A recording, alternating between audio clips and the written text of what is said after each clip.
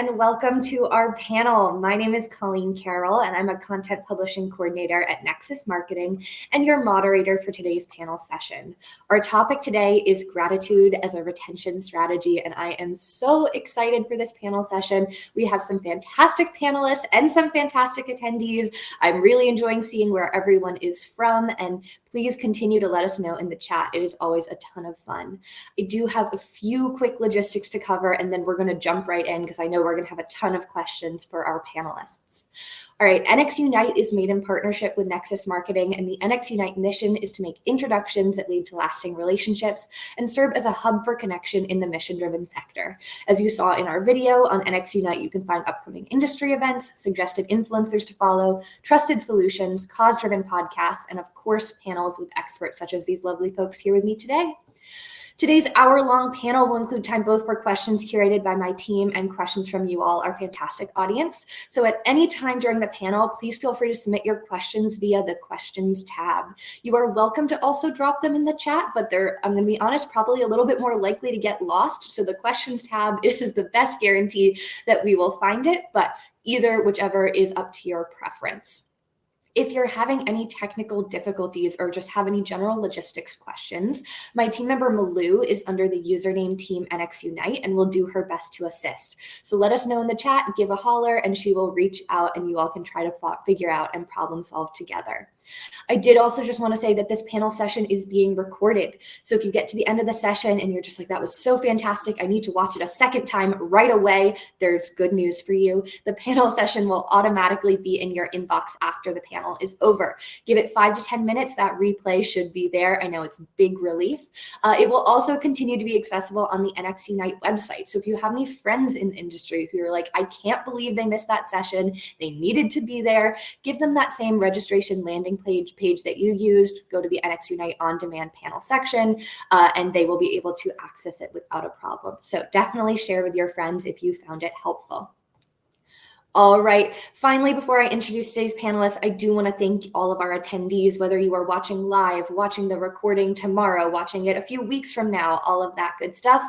It is wonderful to be in touch with you all, the mission-driven community. I get the joy of reading through the registrations before the panel, seeing all the fantastic organizations represented, all various missions, sizes, locations around the world. So thanks for taking time out of your day, and I am excited to introduce our panelists now.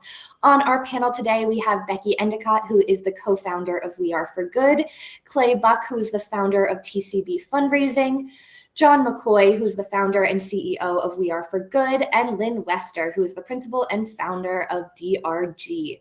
Really, really excited to have all of you on this panel. I think we're ready to jump right in. We have held it off long enough. So Becky, I'm going to have you start us off. Why is gratitude so important in the world of nonprofits, and how does it relate to retention? Oh, you are muted, Becky. I am muted. I mean, technical foul right out of the gate. I mean, let's be honest. Every single person who is on this call understands the gravity of generosity. We live in it. We are not fundraisers. You know, we are people that are trying to connect very mission-oriented ideas to the people in the world who absolutely need them. So, you know, gratitude we think is cultural. And if that is a value set of your organization, we just had someone on our podcast, Shauna Hawking, who talks about how do you have a gratitude mindset? Because when you get into that mindset, it really permeates into what we do and how we do it. And so for us, gratitude is very much a mindset shift that everyone matters, that every gift matters, that every action matters, that the things that your donors are bringing in are not just the value of the dollar, it's also, it's about the value of what they're bringing, how they're showing up, how are they sharing their story, how are they opening up their network to you. And so gratitude is really about changing the language you use within your organization and about your supporters too, because we're looking for believers. We're not looking for donors. Donors show up and they give us income. But believers show up in ways that we could not even imagine the weight of, because they get into places that we can't. They have networks and influence in ways that we don't. And the way that they channel their gratitude and their love for us through the way they interact and engage is absolutely critical. So we think this is foundational. And yeah, we just think that this is something that if you have that gratitude mindset, it's going to change everything about the way that you engage. Totally agree. We're off to a fantastic start. Lynne, I'm going to tap you in with this same question. What is so important about gratitude and how can we relate it to retention? So I believe in an attitude of gratitude, a little spunky take on the mindset of gratitude. We know that it's so important to retain our donors, and that's probably the most important work we do. Solicitation is part of the work that we do, but keeping our donors and keeping them happy is really where it's at. And gratitude is at the core of that. We need to do two things in order to keep donors: thank them and then tell them what their money did. And when we keep donors happy, their giving will grow, and so will the giving of others that are like-minded folks. And we want to really cherish those that are generous, because not everyone is. And so it leads to retention, because happy donors stay, and donors have choice. Believers have choice. There's over 2 million nonprofits just in America alone. And so if you're not going to provide the gratitude, they will find someone else that can and does, and they will go hang out with that nonprofit. And we want donors and believers to be our friends and our followers. And so giving them gratitude is the least we could do when they make such a sacrifice for us. Definitely. All right, Clay, I want to hear your thoughts as well. What is the importance of gratitude? I think to piggyback off of what Becky was saying, I think we have to start reframing our how we think about what donors are bringing forward. Yes, there are tons of donors that give transactionally. My friend asked me to, or whatever, right? But I think we need to assume, as fundraisers, as folks in the seats, we need to assume that every donor came to us expressing some core part of their values, of who they are as a person.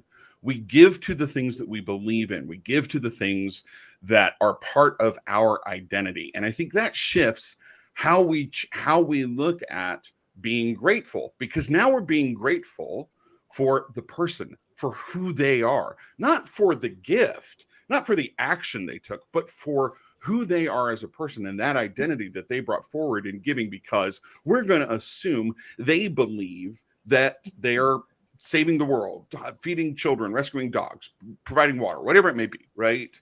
Providing education. And if we look at it from that framework, then I think gratitude is not just an action that we take. It's exactly what both Lynne and Becky have already said. It's an attitude, because now we're a group of believers working on a thing that we're doing together. We're building community by acknowledging and reacting to that identity that they brought forward. And I don't want to sound like I'm disagreeing, but I want to get to a really fine point in nuance and thought, in that what we're saying, gratitude is a retention strategy, absolutely 100% correct. But let's not make the retention the end goal, right? Because then we're just making another transactional thing happen. Let's not send thank you letters because we want to increase our retention rate.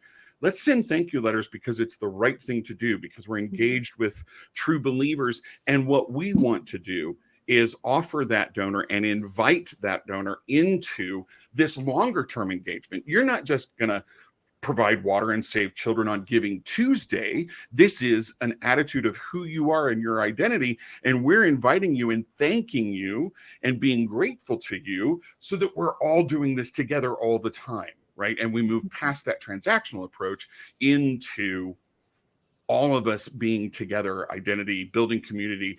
And let's just go ahead, because I know we're going to get there, building inclusion and equity in our giving, that all gifts are valued and every part of it is important. Okay, Colleen, pull the plug. Like, we got to just stop now. I mean, like, that was so good. Mic drop. So, I mean, if I can just riff off that, because you're really poking the bear, Clay, whenever you're bringing up these topics, because I'll spoiler alert. As we look at, we've had hundreds of conversations on the podcast, who's most innovative work that's happening in the sector. Giving is identity. Like, this is the moment. Like, people, they are giving to where their value set is. And so gratitude is a way to reflect that back to them. So this is why we camp out on values, and I think it's gonna be threaded throughout this. If you're reflecting back something that's the deeply held value of a person, and you're saying, I see that in you, we connect on that, you not only just have this bond, you've got this thing that's bigger than what any money could do. It's like this connection point. And that's why we're already all geeking out that it's not about money. It's about this connection and inclusion and belonging and all of that. So here for this is going to be so fun. Let's keep going. As always, forgive me for jumping in, but as always, John, you took something and reframed it and reset it in a way I hadn't thought of. We see that in you. How much more powerful would that be as a gratitude statement than thank you so much for your gift of $50, right? Yeah. Like we... And you are a good person, Clay. I think so many of us at our organizations get hung up on thank you for your gift of too. It's not about thanking them for their gift. It's about thanking them for who they are as people and saying we are those people too. And together we can change the world. Together with our spirits of gratitude and generosity, we can actually make a difference. And so I, push that, stop thanking people for their gifts and start thanking them for the human beings that they are. I see you, not I only see you once you hit $1,000. Yes. I only see you when I give you $50,000. I see you that just gave me $10 on Giving Tuesday. And I know that was that choice between that and hitting the drive-through, and you chose to do that and then just eat what was in your desk, because I may or may not have done that yesterday. I was like, let me eat at home and give my money on Giving Tuesday. Let me eat the chili I made this weekend and try to live the life rather. That was a sacrifice. I'm just saying, every little gift, every big gift is a sacrifice. Definitely. All right, I'm going to move us to the next question. I think this will be a kind of constant thread throughout this session, so there'll be more time, I promise, to keep attacking why gratitude is so important. Clay, I'm going to have you start us off with this next one. What are some innovative or new ways to express gratitude to donors, and particularly our repeat donors who may have received gratitude from us in the past? So, and that gets right to what Elizabeth is asking in the chat. How do you combine the two phrases in writing, as in thanking someone for being them, when many donors want the gift amount for tax purposes as well? Lynn and I have had this conversation 1,000 times. And Lynn, I honestly can't remember if you and I agree on this or if we slightly disagree, but either way, I think the question, this is my mindset, friends, this is where I come from, is process, systems, data, right? How do we do things? I come from the small and medium-sized shop world where I was chief bottle washer and gift asker and thanker and all of that, right? So my viewpoint is always kind of, how can I make this simple and quick and easy? And to Elizabeth's point, one thing that I've implemented and done in places that I've been, when it is difficult, when the process and system is there, get the thank you letter out first, right? Get the thank you letter out first. And we get hung up, and depending on what sector you come from and what market niche you come from, right? A thank you letter means one thing and an acknowledgement letter means something else, and this means something else. Whatever, right? Receipts can wait. Not a long time, but receipts can wait. A receipt is a transactional thing. So either it's about, go ahead and put the receipt language in a warm, fuzzy thank you letter if you can get it merged quickly and done and get it out the door. But as much as your budget time process will allow, I am a big believer in get a warm, fuzzy, grateful thank you letter out as quickly as possible. Hey, Becky, we see you. We see you making that gift, and it means so much to the people that we serve. We've received it. It's going to work right away. And very soon, we'll report back to you on how it's used and a tax receipt that you can use for your records, right? So if you can do that fast. Now, I just have to caveat in terms of process, your automated email from your giving platform does not count. The one that goes right away, right? The one that shows up in the inbox before I've actually completed the transaction online does not count. We expect those. I get them from Amazon, right? We expect those. People ignore those. Set another one for 12 hours later or 24 hours later if you're doing by mail, or you're doing by email. If you're doing by mail, right, get something out as fast as you can that just says, hey, we see you, we received it, we're going to work right away. Thank you. You're awesome, right? And that doesn't sound innovative, I know, but it actually is, right? Because the more we can do that, But Clay, people aren't doing it. So for example, I gave quite a few gifts yesterday. It was Giving Tuesday, shocker. And I gave to Canine Assistance, which is an organization that provides service animals and for people who need them, and also for hospitals who use them as child life specialists. My friend Kizzy works there. And the solicitation came from one of the pups, and it said, you know, it's positively awesome. And even the click through button said, you know, put your paw right here and take action. So the thank you came from the dog that had solicited me and said thank you. But then I received a follow-up personalized note, this big email from a board member saying, we know you give to us monthly, but your gift on top of that on Giving Tuesday was especially meaningful. Blew my mind, and said, the pups are so proud of you. We're so proud of you. And frankly, it was the only thank you I received yesterday that wasn't a receipt. So it stood out to me, not only that they had followed their thank you all the way through, that the pup who asked me also thanked me, but then that a board member was standing at the ready to thank donors. And I'm sure that board member took part of their day, and they could have made calls, but I was an online email. So online giver. So she sent me an email, short, lovely, to the point. And she just said, it really means a lot. And then she said, hey, here's my dog, Sam. And he was my service animal. And I was like, okay, yeah, I'm here for it. That stood apart from everyone else who just said, thank you for your gift of to, here's your receipt, that stuff. Could I interject very quickly? I apologize. No. I am sure many of us sit in this seat. I do all the time. My board's not engaged. They won't do anything. I can't get my board to fundraise, you know, et cetera, et cetera. I don't know how to engage my board. And your board is going, give me something to do. Tell me what you need. Give me an assignment. Man, get boards starting at thank you, and you'll have much better askers a year from now. Get them addicted to gratitude and saying thank you and doing stuff like this, writing handwritten notes whenever they have time, making phone calls, whatever, right? Is a huge way of engaging that all-important category of the board. Sorry. It's a great addition. We have board panels all the time. So I think that's fantastic insight. John, I'm going to pass this to you. The original question was, what are innovative or new ways to express gratitude to donors, and particularly our repeat donors? I love it. I mean, I feel like we're all kind of saying the same thing. It's kind of the 2.0 of the basic stuff of like, how do you go it one step further? And one of the big soapboxes that I love to talk about is storytelling really is your mission. It's not just marketing. It's not marketing. It's not a way that you express gratitude. It is an actual way that you deliver your mission by the language that we use, the way that we uplift, the way that we can paint the most beautiful picture of those that we're serving, the reason that we all are value connected on this. And so by doing that ethically, you are equipping people who already have the identity alignment with a way to talk about this beautiful story of what they were a part of.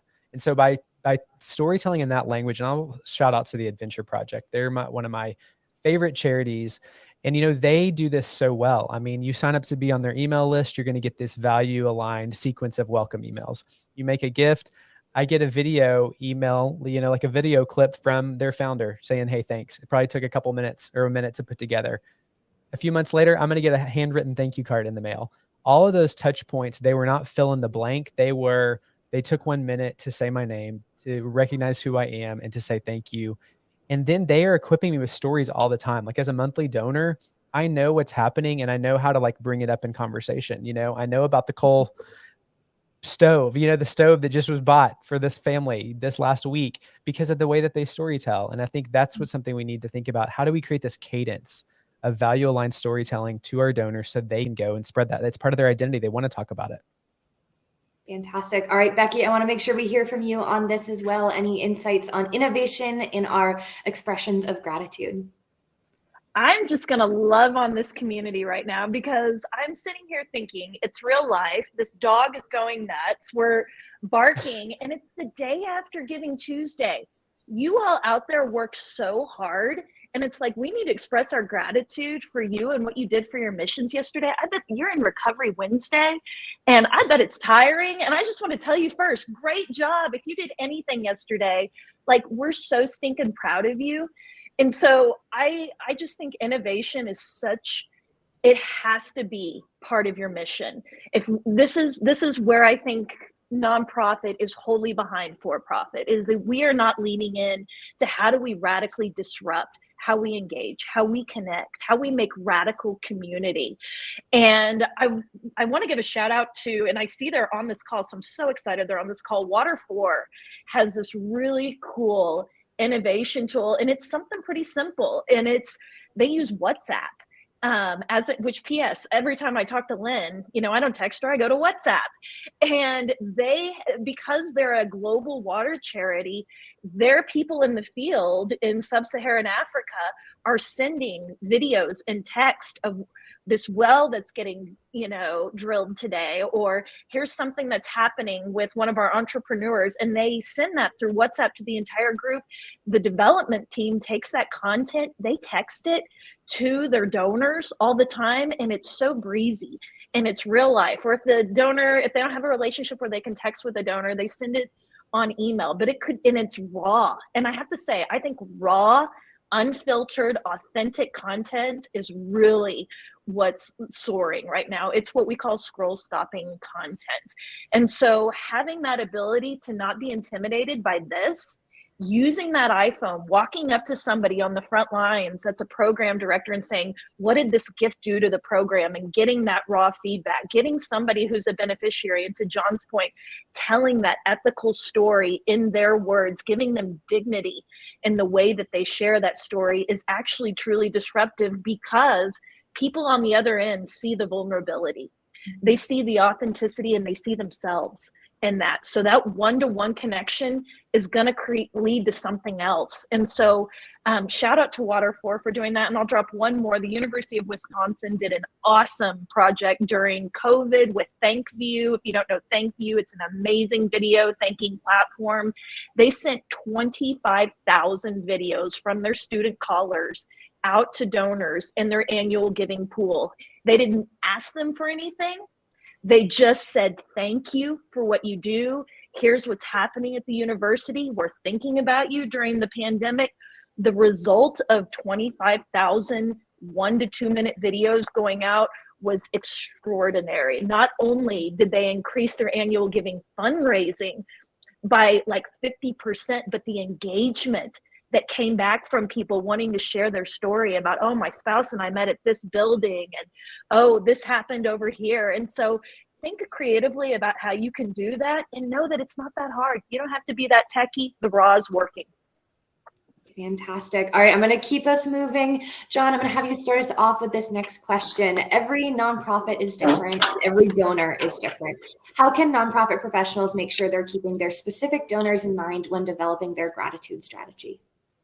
I mean, a couple of ideas here, and I'm sorry, y'all are going to start the sipping your coffee game every time I bring up values, but one exercise we think is really powerful is really getting to the essence of what are the values that your organization's about, because those are the language we're going to use to communicate as we attract and find those people that connect on those, but also actually defining your avatars. And I know that's a very marketing, sounds like a very persona type weird word, but I think it's really powerful. We have named this in our own company too. So I'm never just talking to a blank wall. I'm always thinking, I'm talking to Paige. She's a nonprofit leader, and that's our avatar. I know these are the pain points for her. I know this is what's keeping her up at night. I know this is where the channels that she more likely hangs out on, and it allows you to cultivate. I mean, at scale, you can't personally talk to everybody at all times, but you certainly can understand what are the groups of people and how can we create language around that, and then lean into tech. I know Lynne is really, and Clay are both tied into a lot of companies too that provide this kind of service, but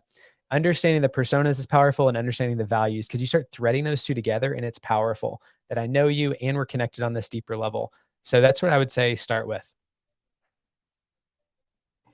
Fantastic. Becky, I'm going to have you jump in here as well. How can we make sure we're keeping our specific donors in mind when we're putting together strategies? I think there is something to the one-to-one and speaking directly to the one human being. So make it personal. Are you watching what someone's doing, how they're interacting with you? I mean, gone are the days of withholding impact information from your donors. And we look at somebody like Charity Water. We look at their monthly giving program this spring. That was launched so disruptively with like a 17-minute video. And what they did was they baked community into their monthly giving program. It wasn't about coming in because we love the mission. It was about using that as a strength and flexing that we're all here because we love this mission and we want to interact in this space. So baking community into your program is going to allow you to thread together what John's talking about, your values, your identity, your community. It's going to give people a sense of belonging. If you want to dive deeper into this, we had Vic Harrison, who's one of the charity founder Waters, on the podcast. It's episode 118. And she talks about how they built this. And it really is about how do you see the one-to-one human? And then when we look at the pyramid, the donor pyramid, which, you know, we like to do this to it and we're for good because we think there is power in that base. We're not talking about creating a one-to-one relationship at the top, at the pinnacle. We're talking about flipping the pyramid and starting when somebody has that entry point.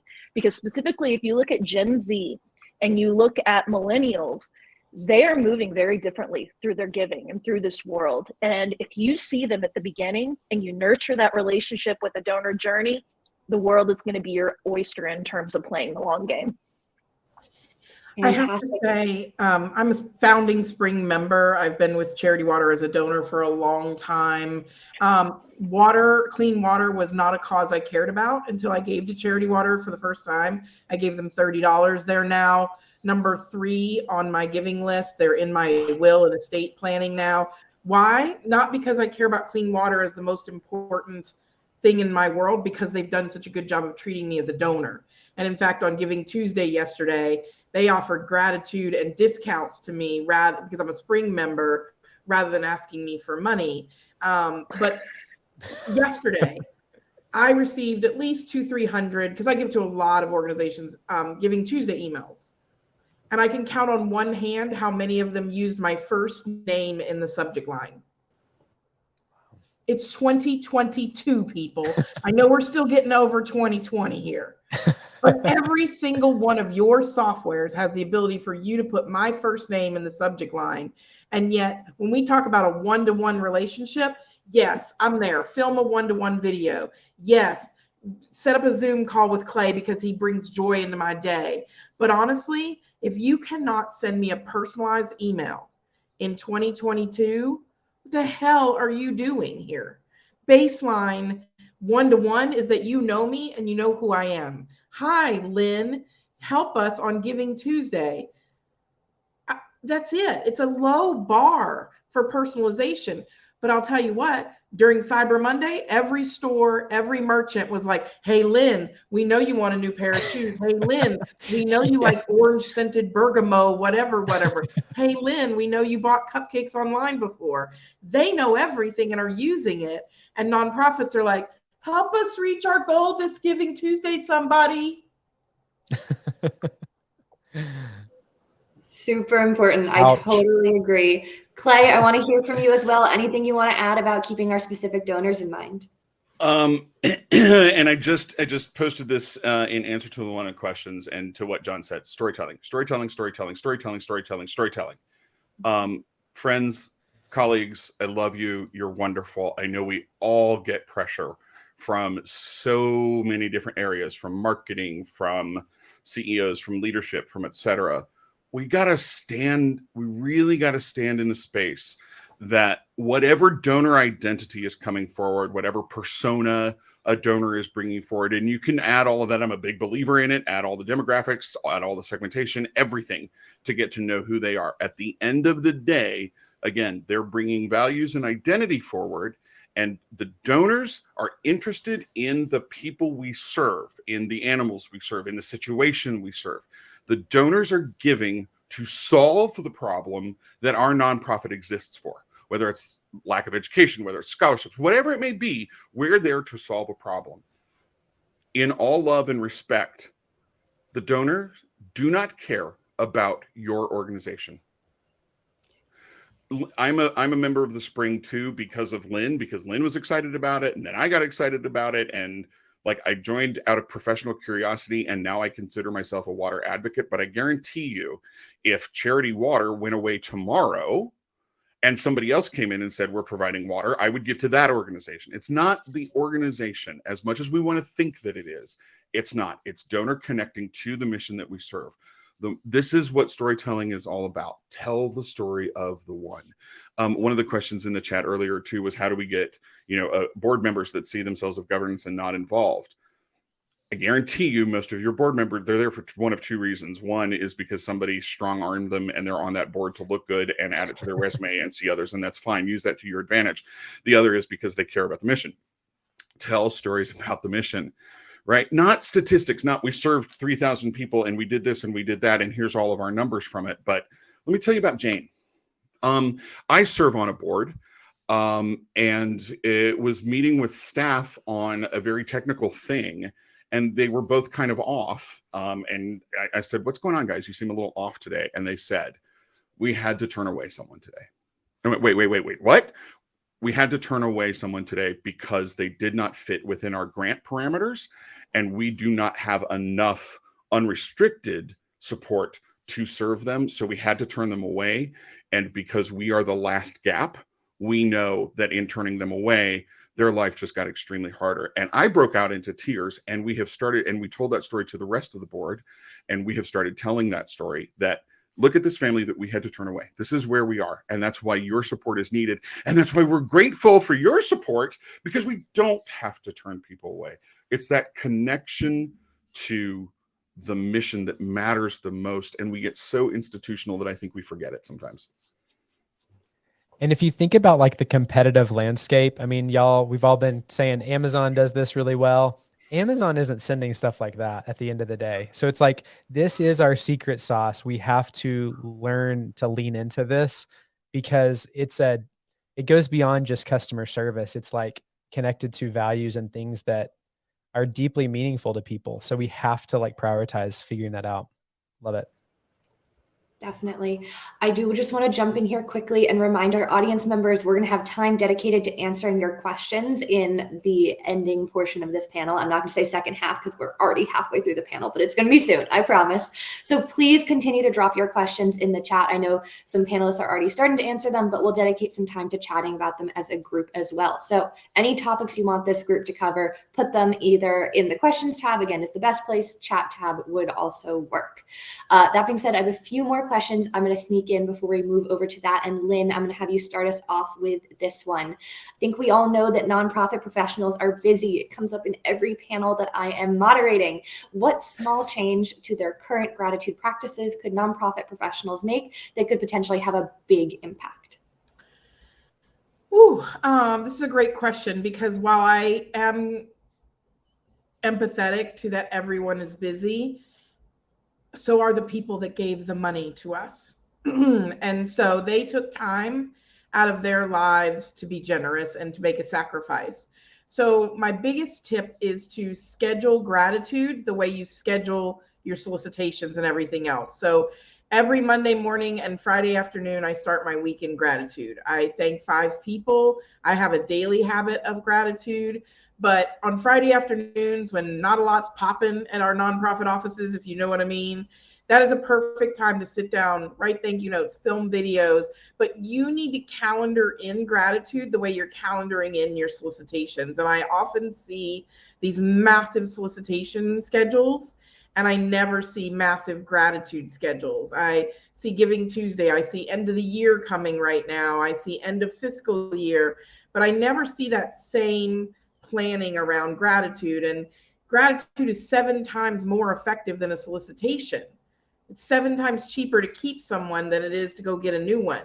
And so imagine if we just dedicated 10% of our time more to the actual practice of gratitude. It could be thanking the janitor at your organization for keeping your office. It doesn't have to just be to donors. It could be internal stewardship. It could be stewardship for someone in the industry. You know, Clay knows that I'm notorious for my, hey, Clay, you got a box on your porch. And then I send him random things that I would like to buy for myself. I do that for all my friends when I feel the shopping itch. It's a way for me to send them gratitude in a physical form. But are you scheduling gratitude in your board meetings? You know, oh, boards don't want to ask for money. Well, they can all take the first 20 minutes of the board meeting and sit down and thank first-time donors. or loyal donors. So you have to build that time in, and you have to say that thanking people, both from the top of the organization all the way through, is just as important, if not more important, than asking them for money. Can I jump Fantastic. in here, Colleen? Because I got to hitch Absolutely. my wagon to that. Because one, every time Lynne talks, I always just like listen and soak it up like a sponge because she is the donor relations queen. But I also want to give like a really tactical suggestion for everybody here. We had a conversation recently with Mike Dirksen over at Build Good, and he was talking about this exact same thing and making retention a habit in your shop. I mean, just like checking your email, just like posting on your socials. And he even talks about, do you have a retention day once a month that everybody participates in? This is a day you don't take any meetings, but you go back and look at your data. And thank you, Clay, for always centering me in data in this conversation. We look at people who have giving anniversaries, 1, 3, 5, 10 years. We pull that for the month. We look at who are our new donors. We look at whose credit card is about to expire, and we find ways to engage with them. We make a phone call. We wish them happy anniversary. We talk about what 3 years has meant to us.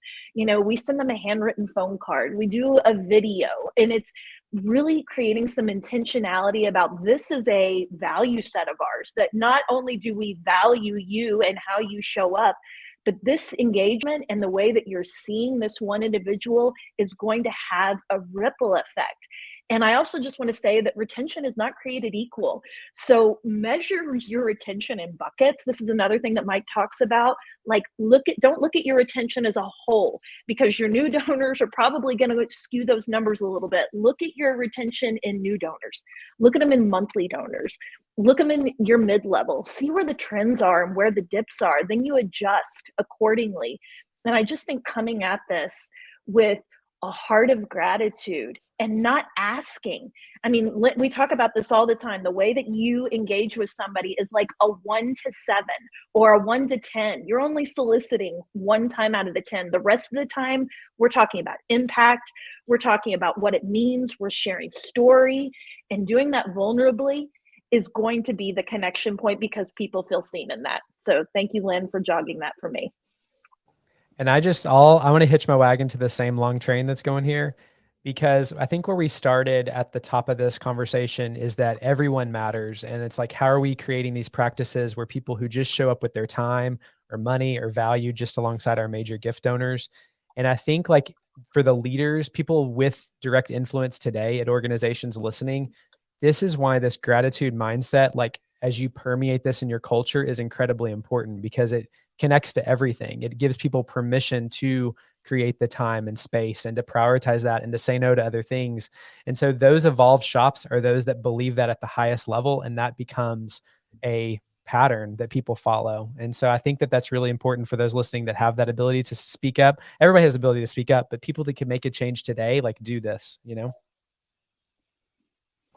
Fantastic. All right, Clay, anything you want to add on this topic of small changes? Double check your systems, right? Double check your systems. Thank you for the practical. I am a big believer in quality auditing your data at least once a quarter, if not once a month. If your addresses aren't up to date, if you don't have names, if you don't have fields, you can't express gratitude because you can't reach them, right? So look at how you're collecting data, make sure the data is accurate, and make sure your systems are there to support it. 9 times out of 10, if you're having trouble getting acknowledgement done, if you're having trouble getting gratitude done, it's because your system isn't built to support it. So change the system, make the system easier, right? Invest in, here, my story that I tell 1,000 times. I use professionally the name T. Clay Buck, right? I go by my middle name, always have, everybody in the family has, long story, whatever. But I use my first initial just to keep some clarity, and Clay Buck, like it's so monosyllabic, like whatever. Anyway, and I always get the question, what does the T stand for? It stands for the, but that's a whole other thing. I'm kidding. It doesn't. You are such a mess. Give him a minute. My full legal name is Thomas Clay Buck. This is public. Oh, number of organizations that can't get that right is staggering. They list me as Thomas. I get solicitations from organizations that I've given to. Dear Tom, just getting name rights, especially friends, especially in 2022, what I and others call non-colonial names, right? Non-standard names. Let's be honest, non-white names.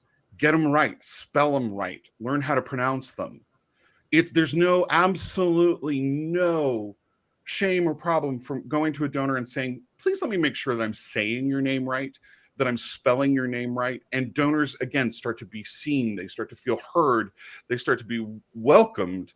And yeah, so all of those kinds of things of capturing data well, making sure the systems are there to support it. I also posted a link. You all knew I was going to do it. The data nerd speaks.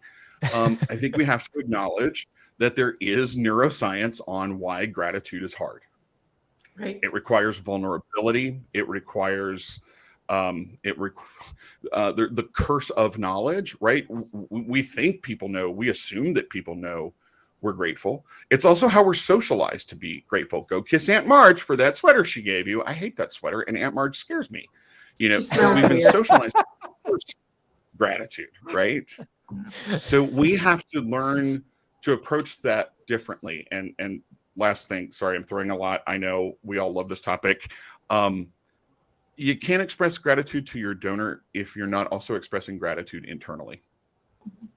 Gratitude has to be an organizational priority. Are you grateful to your prospect researcher? Are you grateful to your data admin? As much of a pain as they can be, are you grateful to your board? You know, like we all have all those politics and things that go on day after day.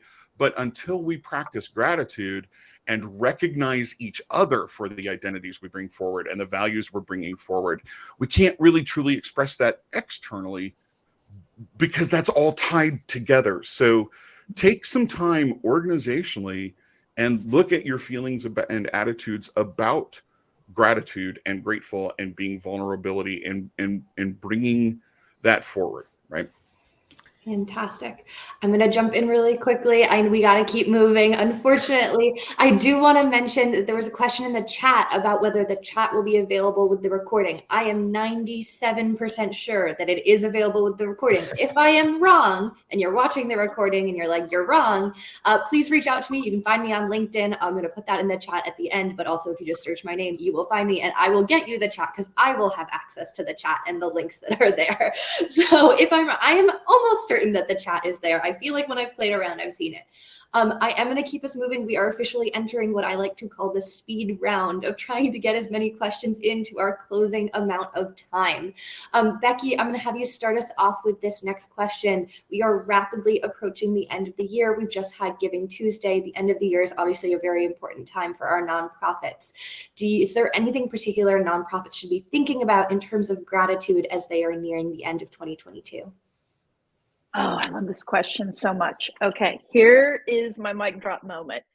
Year-end strategy should be a year-end strategy.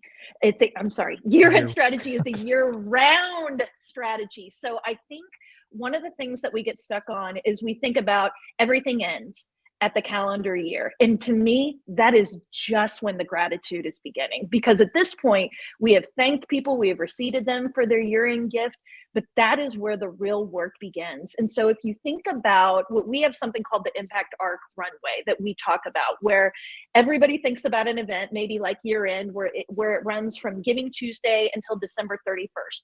We think there's a runway way before it, and we think there's a runway that's very long after that. So we're talking about how do you ground pillars in gratitude? How do you put something on your calendar? You can put this on your content calendar.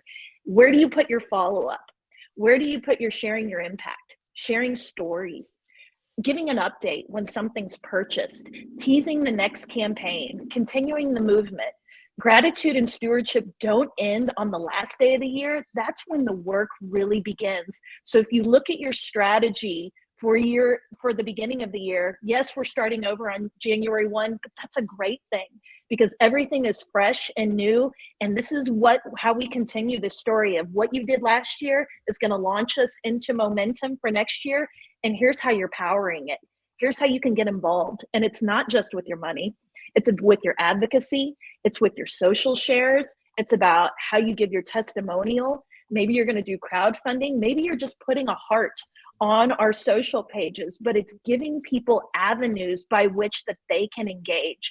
And each one of those engagement points that you can create is going to deepen that relationship. And I'm just here to tell you, if you don't have a strategy of how to do that digitally, you need to put that on your roadmap for 2023, because the world is global and it is digital now. 97% of people in the US have a phone. 85% of them have a smartphone. I mean, the data on how Gen Z and millennial are moving and fundraising, connecting and engaging, it is upon us. And we have got to be in the automation section to do it. Go, go, go, go, friends. I'm ready. I'll go and then I'll let Clay go. But thanks, Becky. You know, in 2016, we crossed the apex where more people were opening email on handheld devices than on desktops and laptops. So we've already crossed that 6 years ago. So the fact that people are stunned by mobile kills me. And then second of all, simple things like you said, tell me what you spent my money on. So there's this organization called St. Bernard Parish. They came out of Katrina, but now they do disaster relief everywhere. And whenever there's a storm, whenever there's something big, they do a campaign to raise money. I give them money. They literally showed me pictures from someone's cell phone of a hospital in the Bahamas that ran out, their air conditioners broke down and didn't work during the storm. They showed pictures of their team going to the Home Depot in Miami and buying air conditioners and dehumidifiers, loading them onto a tiny plane, flying them to the Bahamas, unloading the boxes, and they showed the time lapse. 7 a.m. to 1 p.m. was what they did with my money. 7 a.m. they entered the Home Depot. At 1 p.m. they installed them in the Bahamas. I don't ever need to ask them for transparency again. And it wasn't fancy and it wasn't overproduced. It was an email and they said, here's what we did with your money you donated 2 days ago. Boom. That's it. Clay. And I'm here to bring the direct mail forward. I'm here to bring the hard mail forward. Becky and Lynne are 100% correct. Absolutely. We do need to remember that according to the latest reports from last year, M&R benchmarks, Blackbaud, all the others, giving 13% of giving occurs online, which means that, wait, is the math right? 87%? Is that right? Did I do that right? 87%. 87% is still happening somewhere else, which is likely through the mail, in person, on the phone. So people are still responding to mail. And Becky, you're 100% correct on the data about Gen Z and millennials. They are also the largest growing segment in responding to direct mail because it's unusual, it's new, it's different, it's innovative. They're not used to getting things in the mailbox. Yes, they're not home as much, sure. But what we're really finding is when we measure the impact of mail plus digital, that's where the magic happens, because they're getting the tangible, but then we send what Stephen Screen at the Better Fundraising Company calls a chaser email. So you send them a letter, excuse me, and you follow up a couple of days later with the email with the same message. We don't know which one they're responding to. One is prompting something. So don't factor out mail at scale, at whatever level you can do. It's expensive, it's hard, I know, right? But at whatever level you can do, because still that tangible touch of the physical piece, both in solicitation and in gratitude, is still having great impact. And cost per dollar, I just can't stress this enough. Measuring that metric of how much you're spending against how much your return is one of the single greatest methods of looking at your efficacy, what your response is like, and how that all is interplaying together. So when you have that board, when you have that leadership that's saying, we're going 100% digital. Okay, well, first, how many of our donors actually have email addresses? Because we might be eliminating a good percentage of our population if we don't actually have their email address, number one. And number two, that ROI, that cost per dollar, reporting that back is your is your answer to yes, and here's what we're still bringing in mail. Here's what we're still seeing happen offline. So keep on top of your metrics and your numbers as well. All right, John, anything you want to add in terms of end of year and how we can prepare? I mean, the only thing I would tack on here, I think there's a good hack any time of the year, but especially add that comment box at checkout for online. Like, ask people why they gave. That can give you so many more hooks to circle back with them, to flag them, to talk to them, and to just understand what the motivations are so you can build your avatars better too. Like, that's an easy thing to do. Proof Pact is a app that's out there that can do that. There's others, maybe some of the CRMs have that built in, but add that, like, ask why people are giving in the moment when they're making the gift, because it really can be eye-opening and give you a lot of the testimonials you can pull out for, New Year starting too. So quick hack. Fantastic. Okay, I'm going to do again another truly speed round question. We are actually in final minutes, but a question came in from the audience that I want to address, and I think it's well suited for a really short response. John, I'm going to have you start us off. How should we show love to particularly our first-time donors? I mean, I first, love that question. yeah, I mean, this is something I've heard us talk about automation. Like, we need to have a sequence in place for this to happen, because people are going to find us at all times of the day. So there's a time to be really thoughtful, channeling a lot of the stuff we've talked about. How can you connect on values, connect on story, and activate people on how they can get involved besides donating, and other ways to engage with the mission. So people that do that really well, I feel like, get instant engagement. But also, we talked about retention's different for this group. So I think you need to understand that it's not business as usual at this group. I mean, you want to treat that differently and not get them lost in the sea of overall retention, because I do think you need to put extra focus around that. So that's 2 quick things that I would do. Fantastic. Becky, did you want to add anything to this? I think I would just add that, I think for first-time donors, we hear so much about onboarding and what is the digital process to start that donor journey. And we've seen things like three-part email sequences that warm someone up. It's not enough to just have the onboarding sequence. There needs to be a level and a plan of intentionality around your new donors. Who's taking that? Do a lot of people in the organization pour into that, which I hope they do? And how are we making these people feel seen? Because it is so hard to get that second gift. Everybody knows that when somebody comes in, it's really hard to retain that. So how you're storytelling in that first 90 days is going to be absolutely critical. How you're pulling them in without being someone that's pounding on their door. I would not ask for another gift, for a while. I would just talk about who is your organization? How giving them opportunities to pour in.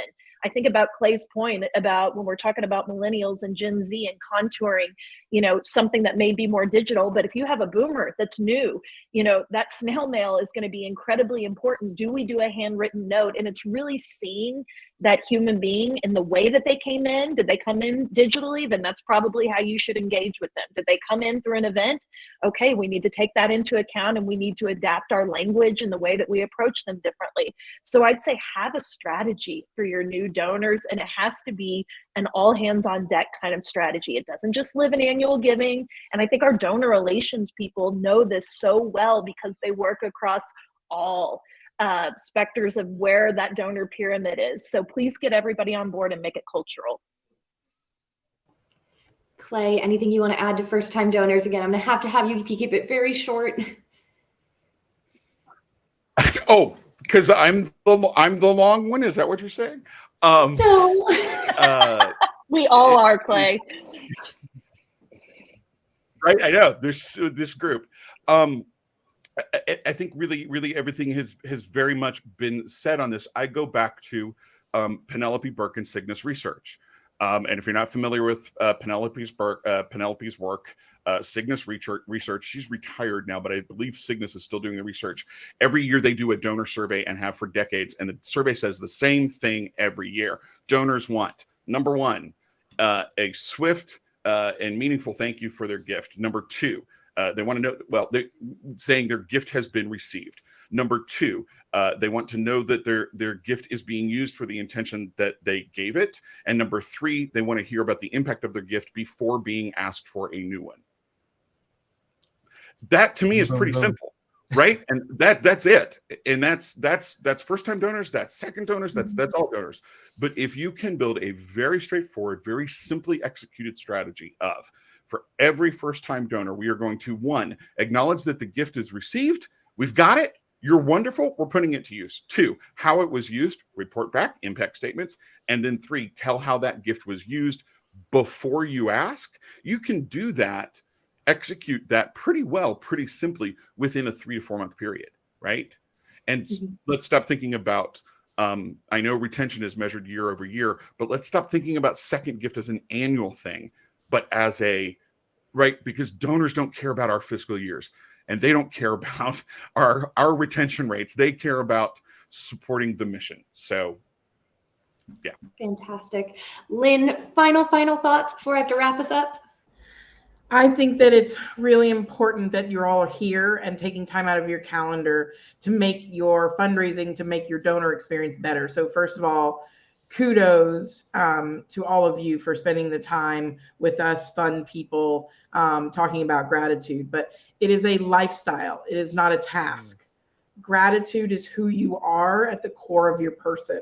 Just like generosity is at the core of the people who support our missions. So don't get lost in all the how-tos and you don't get lost in the task lists and the technology. Get lost in the fact that gratitude, people who give gratitude live longer, they're healthier, right? You get a hit of serotonin every time you give gratitude. And it is an absolute attitude of gratitude. So from all levels, in all places in your organization, when times are hardest is when I'm most grateful. And so as we wrap up this year, I'm most grateful for people in our industry who, and for peers like Clay and John and Becky, who I wrangled into coming on this panel with me, because these are 3 of the most grateful people I know. And whenever I'm having a tough day, I know I can always reach out to one of them, and I feel grateful to know them. And so remember that gratitude is who you are, not what you do. Definitely. All right. With that, we've reached the end of our panel. I have to give a big thank you to our panelists. This was so much fun. I know if we would be an in-person session, there would be a big round of applause. So know that I'm sending that to you through our virtual world, even though you cannot hear it. I do also want to thank everyone who attended. Thank you for those of you who are attending live. Such a fantastic and chatty bunch. I loved seeing all the comments all throughout. So sorry we could not answer all of the questions. I do want to encourage all of our audience members to attend some future panels. We have a ton of NXUnite panels. We have some in December and then a ton planned for early 2023. So please keep an eye out on the NXUnite website, the NXUnite LinkedIn. You can find me on LinkedIn. I will keep you informed. I'm sure there's a panel that's addressing a topic related to you. We have grant panels. We have nonprofit operation panels, donor engagement, a lot of more fundraising panels. So please join us. And if you join, I recommend registering for NXUnite. It's totally free, but that means you get to start earning what's called cause coins. And when you attend enough panels, you amass enough of them, you could get some discounts on industry software, some free consultations with some of our friends in the industry. So if you're going to be spending time with me anyway at these future panels, might as well get that extra bonus. Just wanted to throw that out there. All right, we have officially reached the end of our time. Thank you so much, panelists. I had a fantastic time. Thank you, audience. I hope everyone has a nice rest of their day. Thanks, Bye, everybody. Bye, Bye, everybody. guys. Thank Thanks you for coming. so much. It's an honor.